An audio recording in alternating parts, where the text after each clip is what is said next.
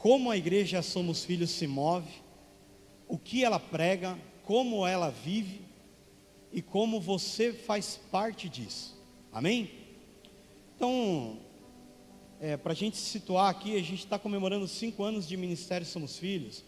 E uma coisa que é importante a gente comentar é que não é o aniversário de um barracão, de um templo, não é aniversário da instalação, é aniversário de uma comunhão, é aniversário de uma visão que foi dada ao nosso pastor, compartilhada com os pastores e líderes.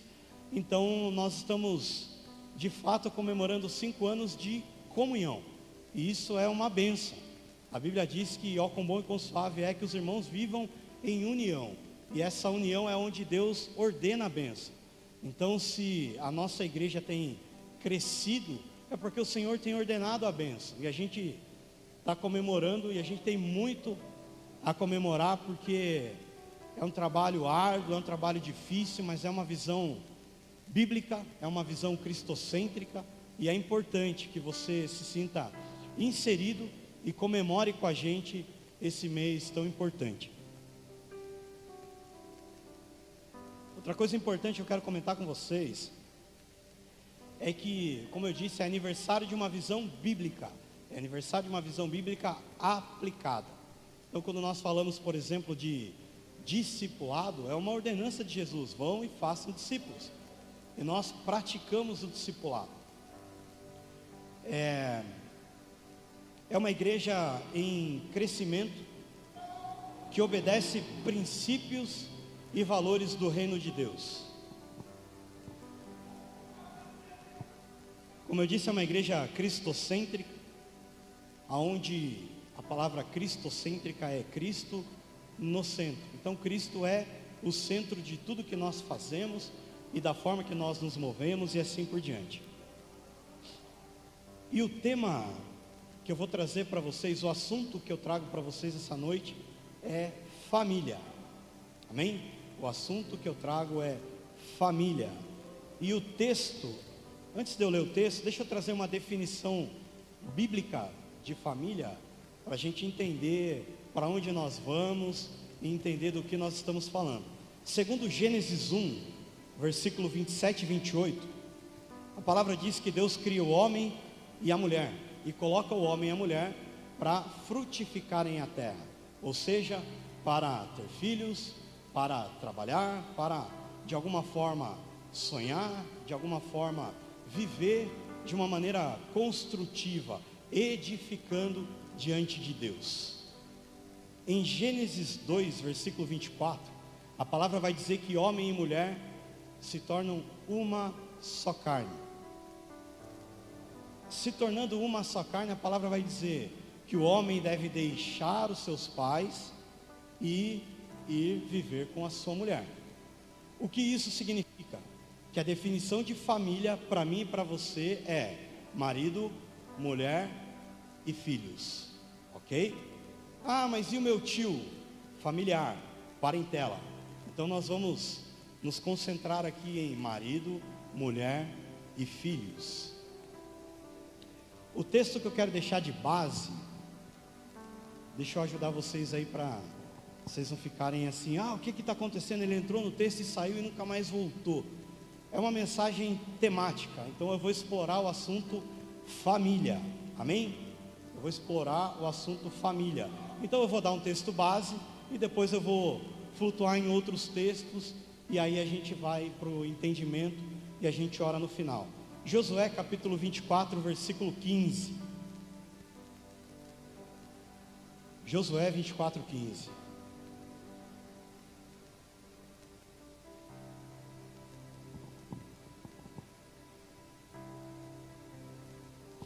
Amém?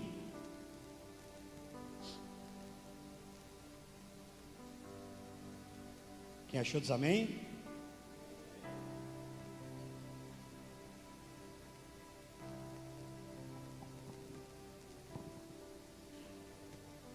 Esperar mais um pouquinho.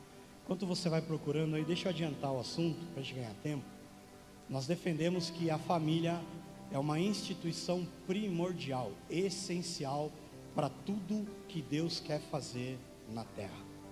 Nós cremos que a família é o ponto de partida, é aonde emana a virtude de Deus para a gente conseguir impactar a sociedade, a gente conseguir impactar todas as esferas aonde nós participamos, seja no ambiente de governo, seja no ambiente de trabalho, seja no ambiente cultural, seja no ambiente artístico, em todas as áreas. O ponto de partida de Deus é a família.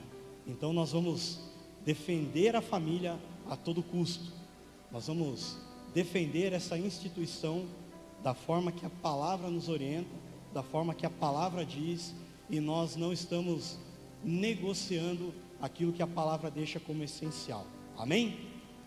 Josué 24:15 diz assim: se porém não agrada a vocês servir ao Senhor, escolham hoje a quem irão servir, se aos deuses que os seus antepassados serviram até além do Eufrates, ou aos deuses dos amorreus, em cuja terra vocês estão vivendo. Mas eu e a minha família serviremos ao Senhor. Você pode repetir esse último texto? Mas eu e minha família serviremos ao Senhor. Esse foi as brincas, vamos às ganhas agora. Mas eu e minha família serviremos ao Senhor. Então, como eu estava dizendo, queridos, a família é a instituição primeira e principal que Deus nos deixou. Deus criou o homem e Ele veio e diz: não convém que o homem ande só, eu vou fazer uma auxiliadora. E aí eles se tornam uma só carne e eles vão viver em família. E a ordenança de Deus é: vá, façam filhos, povoem a terra e frutifiquem. Esse frutifiquem está nesses dois sentidos, tanto em fazer filho, em deixar legado, em construir legado, herança e assim por diante, quanto no sentido de trabalhar, ter sonhos, construir, edificar. Esse contexto está no contexto de família. Amém? E nós, como família, nós precisamos entender alguns princípios de Deus que são importantes para a gente estar nesse contexto do que é essencial, aonde de fato Deus abençoa, aonde Deus ordena a bênção, aonde tudo vai terminar bem. Qual é esse contexto? Governo de Deus. Lembra, a mensagem passada foi falado sobre Cristo no centro, e é exatamente o que eu vou falar com vocês hoje. Cristo no centro da família. Eu coloquei um título da mensagem, é A Família que Deus Procura.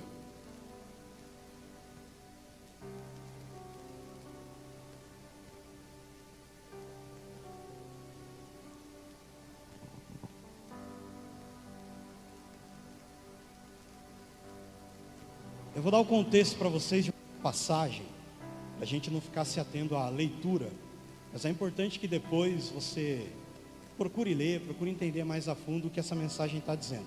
Jeremias capítulo 29. Eu vou dar o contexto todo, para a gente saber onde a gente vai parar. O contexto de Jeremias 29 é o seguinte: o povo foi levado cativo, o povo de Deus foi levado cativo, e quem foi para o cativeiro? Foram as pessoas importantes de Judá. Eram príncipes, eram pessoas que tinham um trabalho, eram profetas, eram sacerdotes, eram pessoas importantes da cultura de Deus, e foram levados para uma outra cultura. E qual foi o impacto disso? Nesse ambiente, onde tinha muita gente de Deus, muitas pessoas de Deus, e Deus já havia anunciado que mandaria para o cativeiro, acontece o seguinte: muitas pessoas começam a se levantar e a dizer que Deus havia dado sonho, Deus havia dado visão, Deus havia dado palavra, que Ele tiraria essas pessoas do cativeiro. E aí no capítulo 29, Deus chama Jeremias. Jeremias não estava no exílio, ele estava em Judá, Jerusalém. Então Deus chama ele, fala: Jeremias, escreve um texto e manda para eles. E o texto é o seguinte, Jeremias 29, eu vou ler aqui a partir do versículo 5. Lembra o contexto que eu dei? O povo estava profetizando, estava falando, Deus vai nos tirar do cativeiro, amém? Olha o que ele diz, Jeremias 29, lá no versículo 5: edificai casas, habitai-as, e plantai jardim, e comer do seu fruto. Tomai mulheres, gerai filhos e filhas. Tomai mulheres para vossos filhos, e dai vossas filhas a maridos, para que tenham filhos e filhas, e multiplicai-vos ali, e não se diminua. Ou seja, continuem tendo filho, segue a vida. Lembra que eles estão no cativeiro, segue a vida. E procurai a paz da cidade, para onde vos fiz transportar em cativeiro, e orai para que no Senhor a sua paz,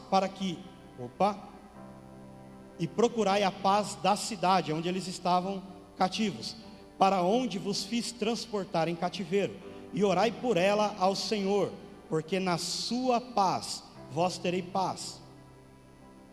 Porque assim diz o Senhor dos exércitos, o Deus de Israel: não vos enganem os vossos profetas que estão no meio de vós, nem os vossos adivinhos, e nem dei ouvidos aos vossos sonhos que sonhais, porque eles vos profetizam falsamente no meu nome.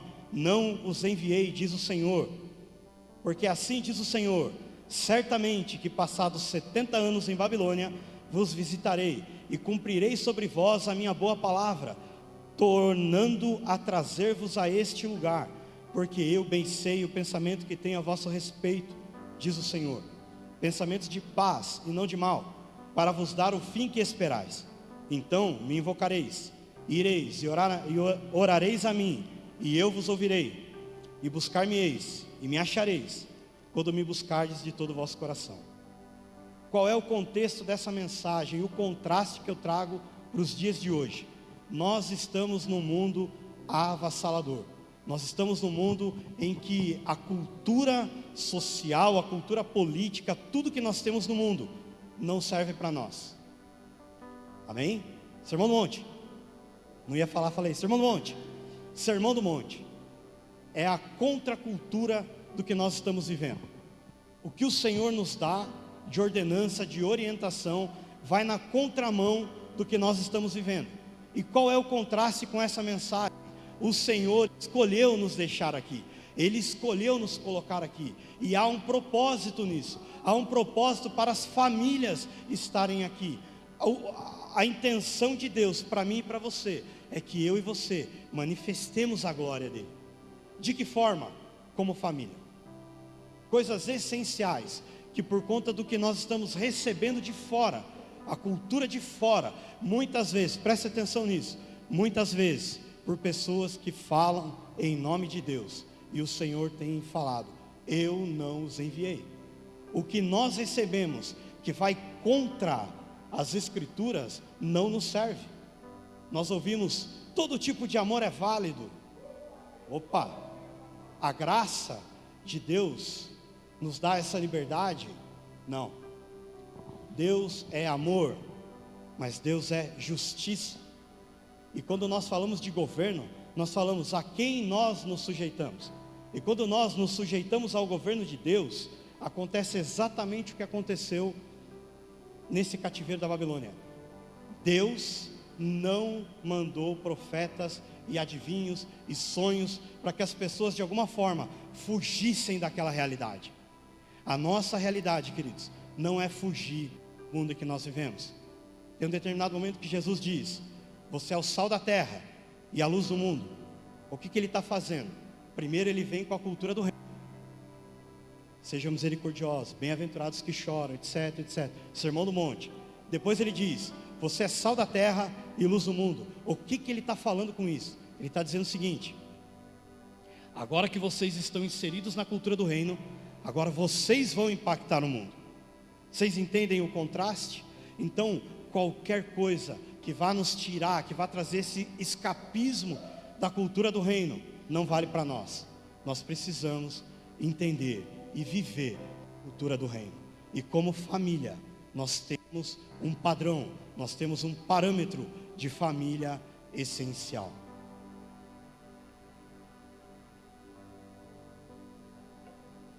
E por que eu trouxe esse texto?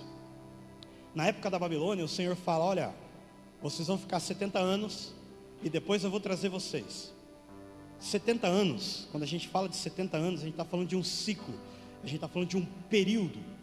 E aí eu trago mais um contraste para vocês, quando ele fala assim: eu sei o pensamento que eu tenho sobre vós, pensamento de paz e não de mal, para vos dar o fim que vocês esperam. Qual era o fim que o povo cativo esperava? Voltar para casa.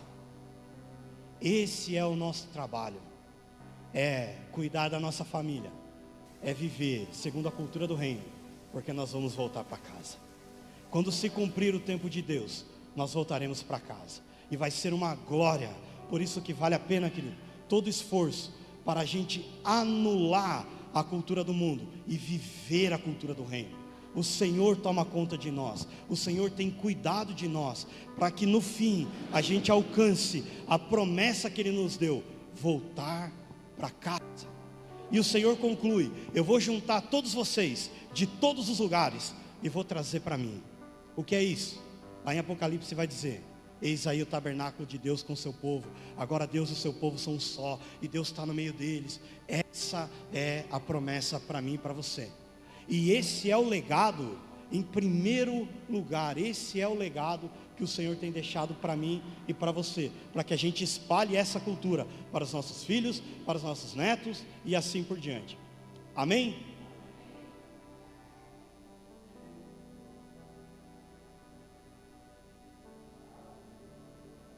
Queridos, talvez,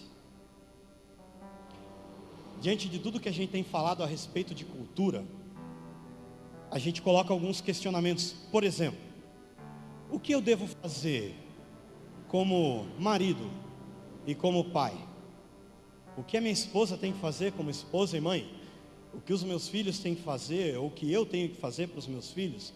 Eu vou ler um texto para vocês, para a gente entender exatamente o que Deus espera de nós. Apocalipse capítulo 2.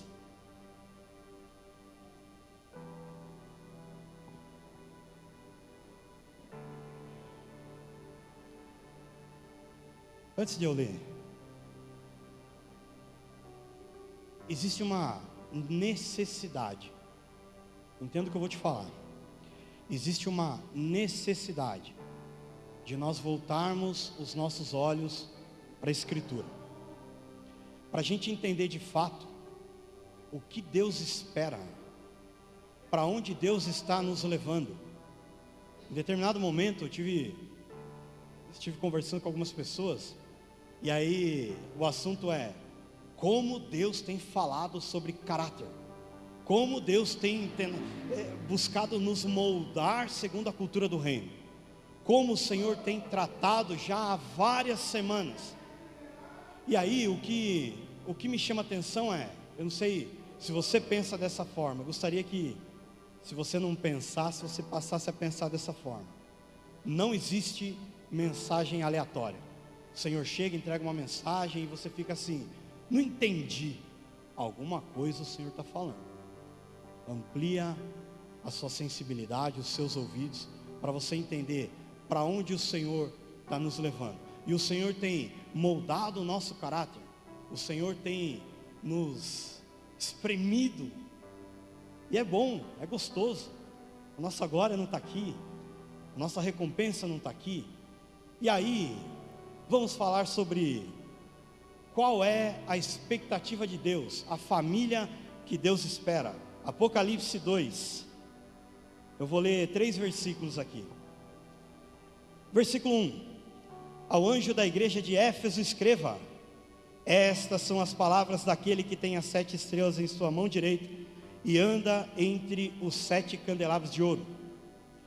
Contra você, porém, tenho isto: você abandonou o seu primeiro amor. Lembre-se de onde caiu, arrependa-se e pratique as obras que praticava no princípio. Se não se arrepender, virei a você e tirarei o seu candelabro do seu lugar. Apocalipse capítulo 2, o anjo chega para João e fala: escreve isso para a igreja de Éfeso. E Paulo também escreveu aos Efésios. Vamos ver o que ele escreveu sobre família. Efésios capítulo 5.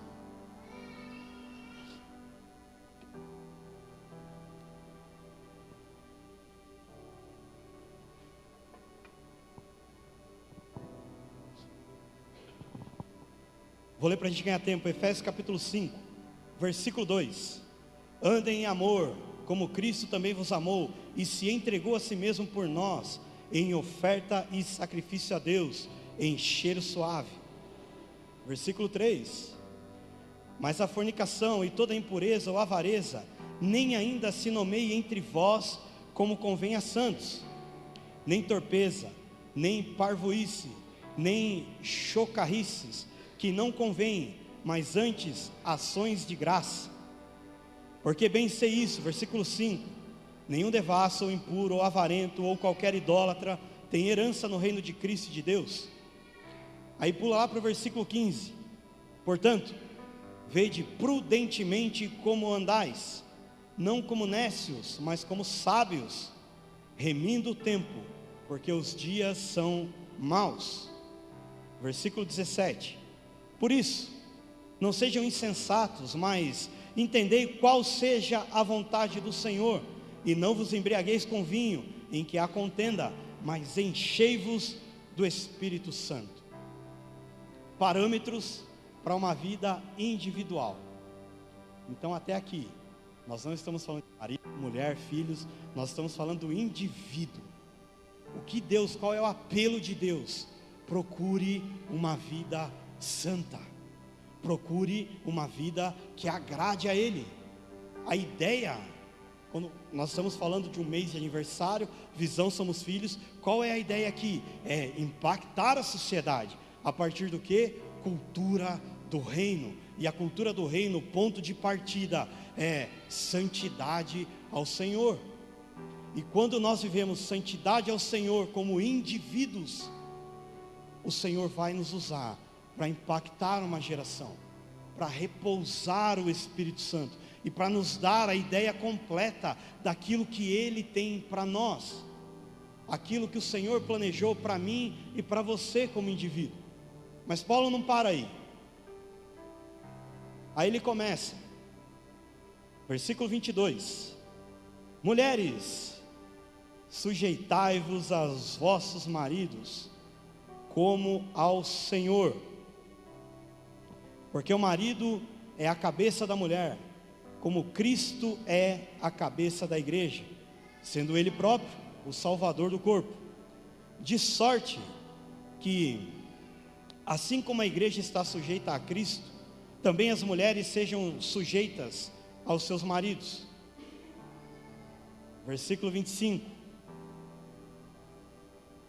Vós, maridos, amai a vossas mulheres, como Cristo amou a igreja, e a si mesmo se entregou por ela. Assim, devem os maridos amar as suas próprias mulheres, como aos seus próprios corpos. Quem ama a sua mulher, ama a si mesmo. Vocês já ouviram isso? Isso aqui faz parte do conjunto do que o anjo estava dizendo lá em Apocalipse. Volte ao primeiro amor. O que é o primeiro amor? Me encontrei com Cristo, Ele me encontrou, eu me encontrei com Ele, Ele me salvou, resgatou a minha vida. Glória a Deus, vou sair no mundo evangelizando. Você tem aquele primeiro amor, e aí você faz a autoanálise. Agora eu preciso me tornar um marido melhor, eu preciso me tornar uma esposa melhor. E é esse o apelo: volte ao primeiro amor. E o primeiro amor envolve o governo de Deus. Qual é o governo de Deus? Sujeitai-vos a Deus, humilhai-vos diante do Senhor, Ele te exaltará. Então nós precisamos nos humilhar e nos render ao governo de Cristo na totalidade. A totalidade envolve família. Então nós precisamos inclinar os nossos olhos à palavra e entender que existe uma pureza no relacionamento, existe uma pureza no casamento, e o apelo dessa palavra é: voltem à pureza. Um dia quando vocês se encontraram com Jesus, vocês foram regenerados, as coisas velhas ficaram para trás, tudo se fez novo, e é a partir do novo, não importa o que você fez para trás, o que importa é, agora eu me submeto ao governo do Senhor, e eu me submetendo ao governo do Senhor, o que Ele tem para mim como marido? Amar a minha esposa, a todo custo? A todo custo. É difícil? É. Deus tem que dar muita paciência, Deus tem que dar muito amor. Eu estava refletindo esses dias, a gente precisa trazer ilustração, né? E eu pensando, Senhor, que ilustração eu posso levar, o que eu posso falar? E aí eu lembrei, eu vou ligar para alguém, a Priscila vem. Para quem você está ligando? Eu estou mastigando, o que você está comendo? Estou no sofá, o que você está fazendo aí? No que você está pensando? Você está deitado, por que você está deitado? Oh Senhor, tenho que amar a Priscila. E amar, queridos, é uma escolha. Aqui vem um ponto que nós já estudamos, eu preciso chamar a atenção de vocês. Tudo é uma escolha. Lembra do texto? Josué 24. Escolham quem vocês querem servir. Eu e a minha casa serviremos ao Senhor. É uma escolha. E sendo uma escolha, não passa necessariamente pelo campo da emoção. Você escolhe obedecer porque você está sujeito, você está submetido ao governo de Deus. E é importante a gente ter consciência disso. É uma escolha, porque nós não vamos ver 100% de dias bons. É maravilhoso quando está tudo bem, mas e aí quando rola uma desavença com os nossos filhos, por exemplo? Não está bem, e aí? Temos que escolher amar. E quando o maridão dá trabalho, 6 meses para trocar uma lâmpada, 3 meses para trocar um chuveiro, e aí? Escolhemos amar. É ou não é? Lava a louça, se desentupiu a pia de casa. Meu pai, desentupi, mas levou um tempinho. Os homens sabem, a gente está dentro do prazo. Estou dentro do prazo. Então, queridos, é uma escolha. Se sujeitar ao governo de Cristo é uma escolha.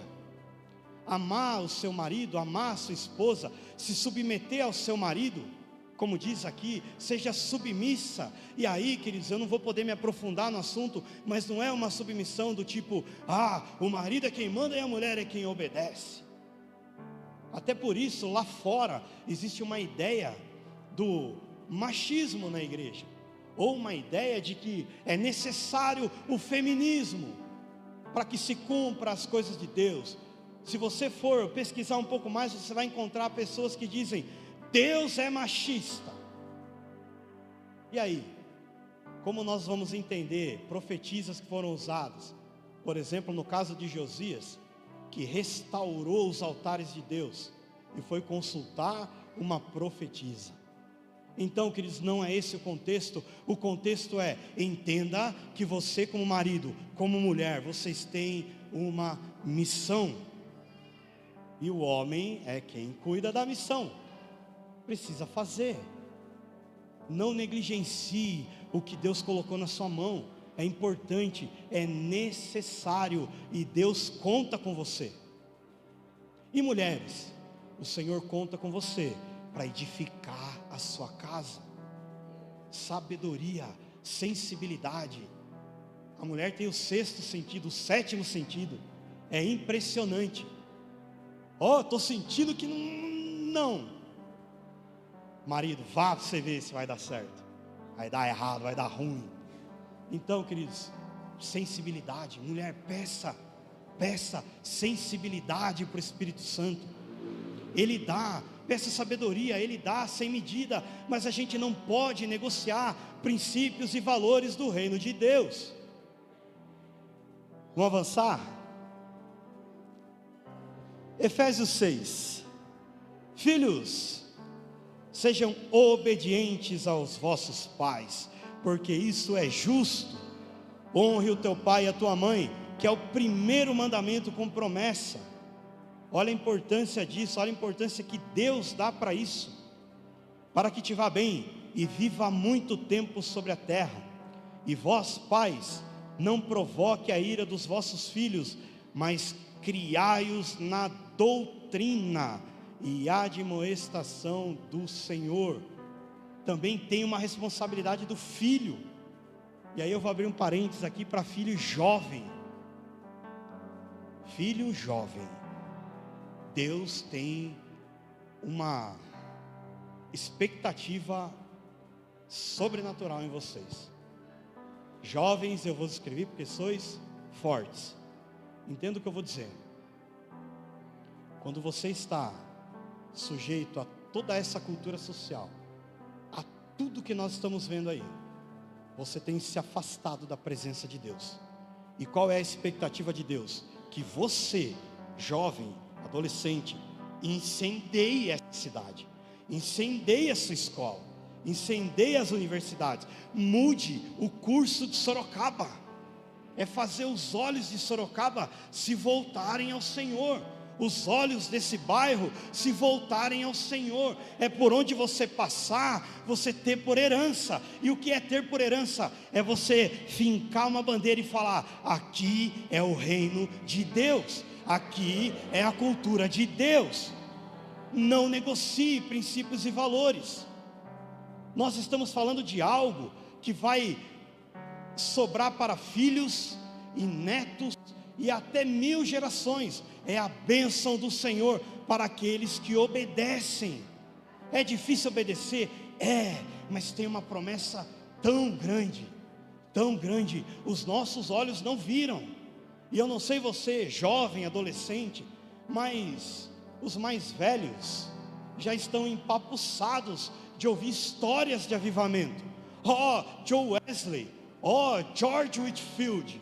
Nós estamos querendo o avivamento dos jovens e adolescentes da Somos Filhos de Sorocaba. Avivamento de Sorocaba. Uau! É isso que nós estamos buscando. E aí passa pela tua família, passa pela obediência. Deus não negocia princípios, Deus não negocia valores. Então o Senhor Jesus já disse: não jorra 2 águas da mesma fonte. Você não pode servir a 2 senhores. Deus fala algo que é muito importante, queridos. Antes você seja frio ou quente. O que Ele está dizendo com isso? Eu não negocio o meu governo e a minha cultura. Eu não negocio princípios e valores. O que é uma pessoa morna? É uma pessoa que está com um pé nos princípios de Deus e um pé nos princípios do mundo. Funciona? Não. E nós não estamos falando de emoção, nós estamos falando de razão.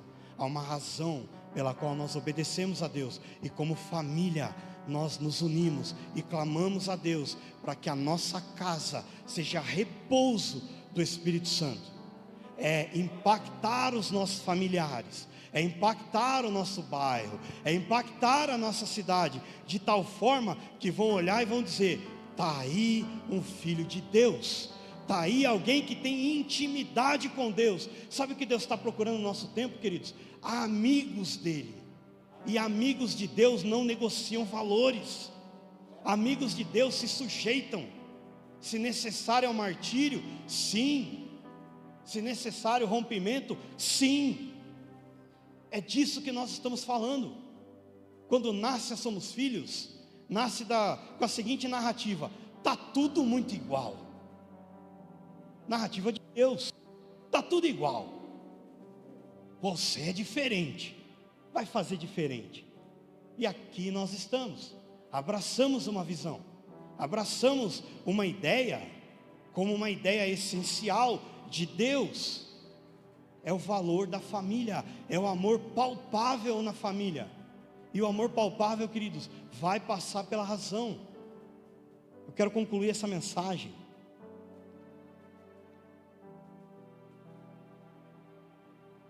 Você pode ficar sobre seus pés? Eu quero concluir essa mensagem voltando lá em Josué. Eu e minha casa serviremos ao Senhor. Olha a profundidade desse texto. O que Josué falou foi o seguinte: você quer negociar e adorar os deuses dos seus antepassados? Ok. Você quer adorar os que estão do outro lado da margem? Ok. Você quer adorar ídolos? Ok. Você quer... Eu vou aqui, hein? Ei. Entendi. Acho que eu estraguei o negócio aqui. Ei. A questão de quem você adora cabe a você. Mas se nós estamos aqui para de fato gerar um impacto, e esse impacto é a presença de Deus, o princípio que nós estamos defendendo como somos filhos é ser relevante na sociedade. E aí a notícia é: se você estudar, virar um médico, virar um diretor de um hospital, para a sociedade você se tornou relevante, mas para o reino de Deus, você precisa do Espírito Santo. Você precisa se sujeitar ao governo de Deus. Deus quer te transformar em alguém relevante. Deus quer transformar você, e não importam as características. Josué, capítulo 1, versículo 8, 9, ele fala assim: seja forte e corajoso, e não se aparte do livro da lei. Medita na lei de dia e de noite. Se você fizer isso, você vai ser bem sucedido em tudo que você fizer. O meu apelo para você é que você de fato queira se tornar um marido e um pai relevante. Você queira se tornar uma esposa e uma mãe relevante. Você queira se tornar um filho e futuramente um pai, uma filha e futuramente uma mãe, que vai carregar a cultura do reino. A gente não está falando de uma cultura agora, onde você cruza o braço e se o Espírito Santo vem aqui e revira as cadeiras aqui, você se alimentou daquilo, você vai embora e fala: uau. A nossa expectativa é: como eu passo isso para o meu filho? Como eu passo isso para o meu neto? Como o meu filho vai passar para o filho dele, e para o filho dele, e para o filho dele? Venha o teu reino. Até que ele venha, nós vamos voltar para casa. Enquanto a gente não volta para casa, sejamos bons maridos, bons pais, boas esposas, boas mães, em nome de Jesus. E a oração que eu quero fazer com você é justamente para que o Espírito Santo venha nos revestir de graça e de poder, para que sejamos de fato preenchidos, incendiados, o nosso coração seja rasgado, a nossa mente seja tomada pela cultura do reino, pelo Espírito. Eu e você somos relevantes aonde quer que a gente vá.